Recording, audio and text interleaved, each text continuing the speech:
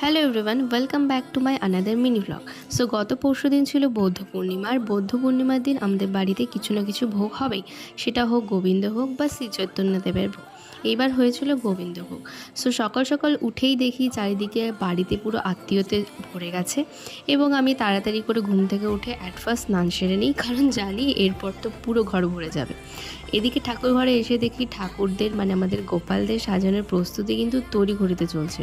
ব্যাস, তারপরে শুরু হয়ে যায় লোকজনের আনাগোনা, এবং তারপরে শুরু হয়ে যায় কীর্তন।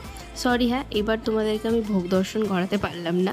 এইবারে ভোগটা না একদমই আলাদা ছিল, জানো তো, কারণ প্রতিবার আমার সব কাজিনসরা প্রেজেন্ট থাকে, কিন্তু এইবার আমার একটা কাজিনসও আসেনি, প্লাস আমার ভাইও উপস্থিত হতে পারেনি।